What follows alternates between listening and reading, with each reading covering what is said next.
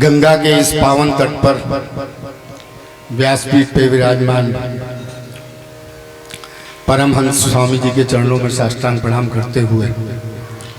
और ब्रह्म को दंड के रूप में धारण किए हुए असली बुटी के सभी दंडी स्वामियों को जो इस समय इस सभा में विराजमान है और हमारे पूज्यपाद गुरुदेव के अनुसार उनके गुरुदेव अप्रत्यक्ष और प्रत्यक्ष रूप में इस धरती पर विराजमान रहते हैं, मैं उनको भी साष्टांग प्रणाम करता हूँ। और जो विद्वान इन तत्वदर्शी महापुरुषों के ग्रंथों को पढ़ करके वो विद्वान हम जैसे श्रोताओं को उस ग्रंथों के मतलब को समझाते हैं, काशी और जगह से आए हुए मैं उन 13 ब्राह्मणों को भी साष्टांग प्रणाम करता हूं जो इस कथा में इस समय विराजमान हैं। पूज्यपाद स्वामी जी से मैंने ये सुना था कि तुम मेरे दर्शन करते हो और मैं इसलिए फायदे में रहता हूँ कि मैं एक साथ 300-400 भक्तों के दर्शन करता हूँ। तो जिन भक्तों के दर्शन से ये तत्वदर्शी महापुरुष आनंदित होते हैं, मैं उन भक्तों को भी साष्टांग प्रणाम करता हूँ। पुरुषोत्तम मास में ये कथा कही जा रही है। मार्केटिंग का आदमी हूँ, सेल्स का आदमी हूँ। 10 साल पहले जब भागवत कथा से जुड़ा था तो मुझे स्वामी जी ने धन्यवाद कहने के लिए बुलाया था और मैं धन्यवाद नहीं कह पाया था। उन 10 वर्षों में मैंने एक शरीर ऐसा पाया,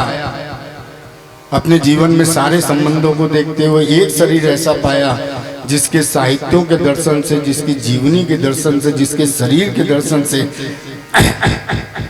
एक वृत्ति ऐसी उत्पन्न होती है कि कुछ पवित्र करने का मन करता। पूज्यपाद के व्यासपीठ से अभी मैं माता और पिता की व्याख्या सुन रहा था कि जो माता की उस गोद में महसूस करता है सुरक्षित और पिता के साय को पिता की साय की तरह महसूस करता है, तो मैं माँ बदालसा जो परशुराम स्वामी जी ने कहा था मैं उनको बता चुका हूँ। और इस 10 वर्षों में मेरी अपने स्वामी जी के पिताजी से भी मुलाकात हुई, उनके भी मैंने भाव को जाना। क्यों भाव में ये था कि वो ये कह रहे थे कि मैंने बार बार कहा कि जब भी कभी सदुवई से जीवन ऊब जाए तो चले आना। जब मैं गया तो आंखों में आंसू लिए मजाक में कह रहे थे कि मेरे नाती के दिखवा है, तो मैंने ये कहा कि रह जा, अभी मेरा एक लड़का रह गया है। और वही पिता जब भागवत हृदय को पढ़ता है तो उसी पिता के सजल नेत्रों से ये निकलता है कि बउआ मेरा तत्वदर्शी महापुरुष हो गया। मैंने 5 पुराणों में से ये 5वें पुराण है जो स्वामी जी के श्रीमुख से सुन रहा हूँ, जिसमें स्कंद पुराण है, शिव पुराण है जो शिव के विषय में बताती है। मैं जहाँ तक अपने विचार रखता हूँ कि भगवान शिव के तप से उत्पन्न कार्तिकेय जी हैं जो स्कंद स्वरूप है, जो इन तत्वदर्शी महापुरुष के चरित्रों को चरित्रित करते हैं। जिस तरीके से भगवान शिव त्रिशूल में काम सद रज तम को साध करके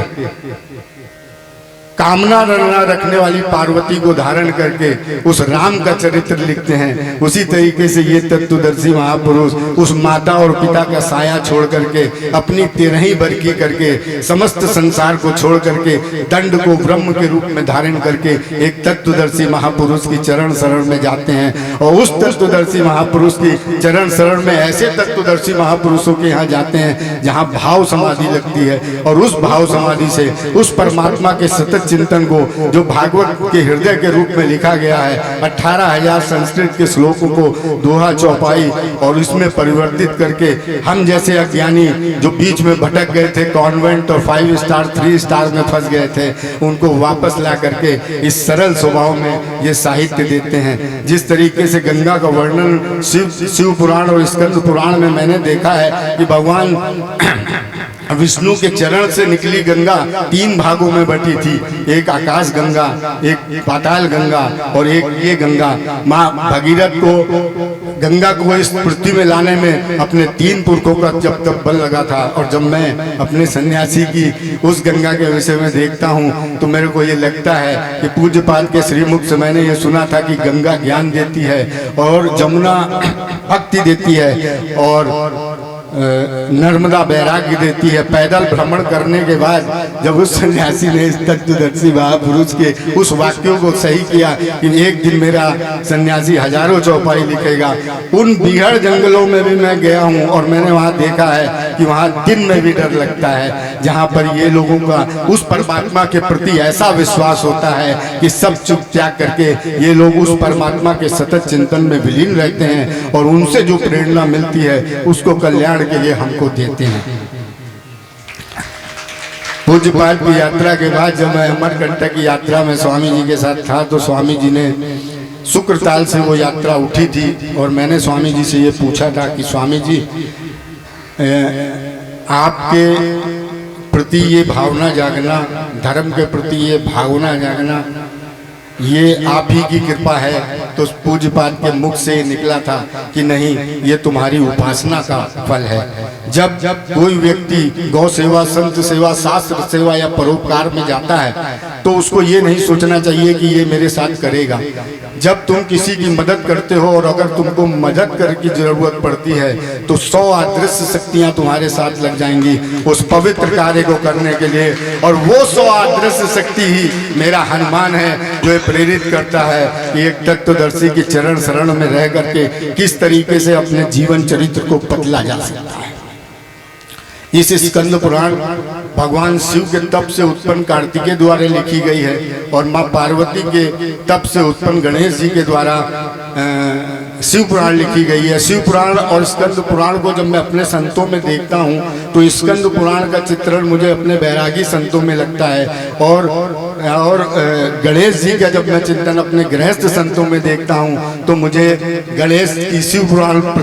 सत्य उन संतों में प्रतीत होती दिखती है। एक तरीके से अगर आप सुन लीजिए, यहाँ पे इस कथा का एक महत्व ये भी है कि गंगा के तट में है और यहाँ पे विराजमान 2 आचार्य ऐसे हैं जो गौमुख से निकली हुई गंगा प्रसाद के रूप में हैं, जो यहाँ गंगा प्रसाद जी विराजमान है। और उसके बाद जो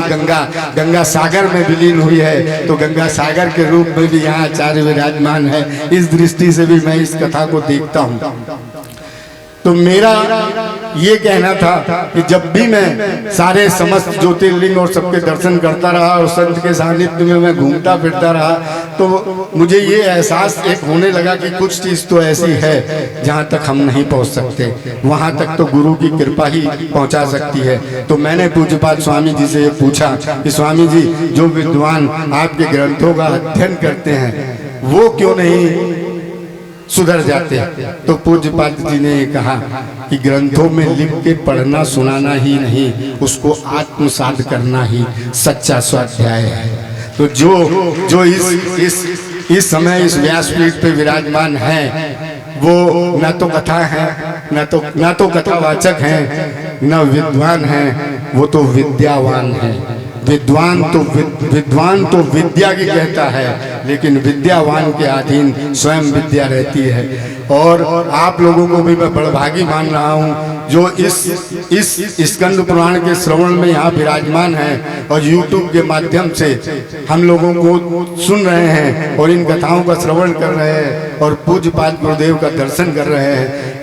इसी को मैं अपनी सफलता मानते हुए ये मानता हूँ कि कभी भी परमात्मा और संत मुझसे इतना प्रसन्न हुआ और पूछा कि तुमको क्या चाहिए, तो मैं उनसे बस यही कहूँगा कि मुझे एक तत्वदर्शी महापुरुष का सानिध्य चाहिए और उसके सानिध्य में ये कथा चाहिए और उस कथा को श्रवण करने वाले और गुरु के प्रति निष्ठा करने वाले भक्तों के दर्शन हुए चाहिए। इन्हीं शब्दों के साथ